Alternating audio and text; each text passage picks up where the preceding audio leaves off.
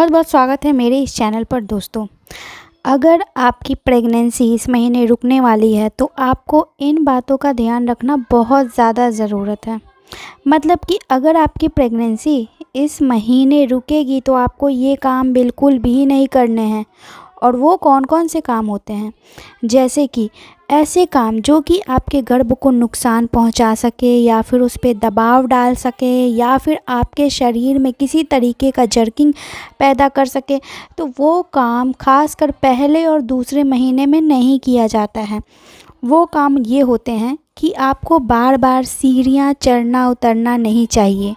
वो इसलिए क्योंकि अगर आप ज़्यादा सीढ़ियाँ चढ़ेंगी या उतरेंगी और बहुत तेज़ी से मूवमेंट करेंगी तो इससे आपके पेट पर दबाव पड़ सकता है। और इस वजह से बहुत सारी महिलाओं के हिस्ट्री में भी इस वजह से इम्प्लांटेशन फेल हो जाते हैं या फिर गर्भ ख़त्म हो जाते हैं। तो इसलिए आपको सीढ़ियाँ चढ़ने उतरने में खास कर विशेष ध्यान रखने चाहिए। दूसरा, कई बार तो ऐसा होता है कि वो ऐसी मेडिसिन वगैरह ले लेती हैं जो कि उसके बारे में उनको बिल्कुल भी पता नहीं होती है, और इस वजह से वो मेडिसिन के इफ़ेक्ट की वजह से आपका रुका हुआ गर्भ भी जो है वो नुकसान पहुंच जाएगा। तो ऐसे मेडिसिन, जैसे कि अगर आपका सिर दर्द हो, पेट दर्द हो, पैरों में दर्द हो, तो खासकर पेन किलर लेने से पहले अगर आप प्रेगनेंसी के लिए ट्राई कर रही हैं तो बिल्कुल सोचना चाहिए कि आपका इस महीने गर्भ रुक चुका है या नहीं। अगर रुक चुका है तो आपको मेडिसिन लेने से पहले डॉक्टर से कंसल्ट करना चाहिए। तीसरी चीज़ें, हमारे फूड्स, जो खाने की पीने की चीज़ें होती हैं उस पर खासकर विशेष ध्यान देना।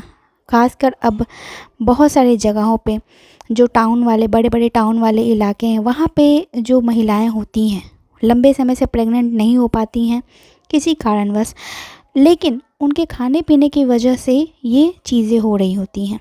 अब वो क्या है, जैसे कि ड्रिंक्स लेना या फिर खाने में बहुत ज़्यादा गर्म तासीर वाली चीज़ें खाना या फिर ऐसे फल या सब्जियों का सेवन करना जिससे कि गर्भ को नुकसान पहुंच सके, जैसे अनानास, पपीता, सहजन, कटहल, इन सब चीज़ों का भारी मात्रा में खाना।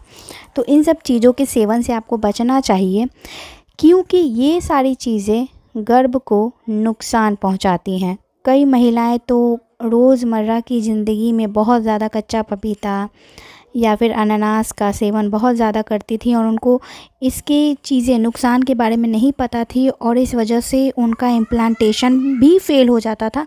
तो इसलिए इन सब चीज़ों को सेवन करने से पहले आप एक बारी आप अपनी हिस्ट्री को देख लीजिए कि कहीं यही चीज़ें जो नहीं है जो आपके इम्प्लांटेशन को फेल कर दे रही हैं। तो इन सब चीज़ों का ध्यान ज़रूर रखना।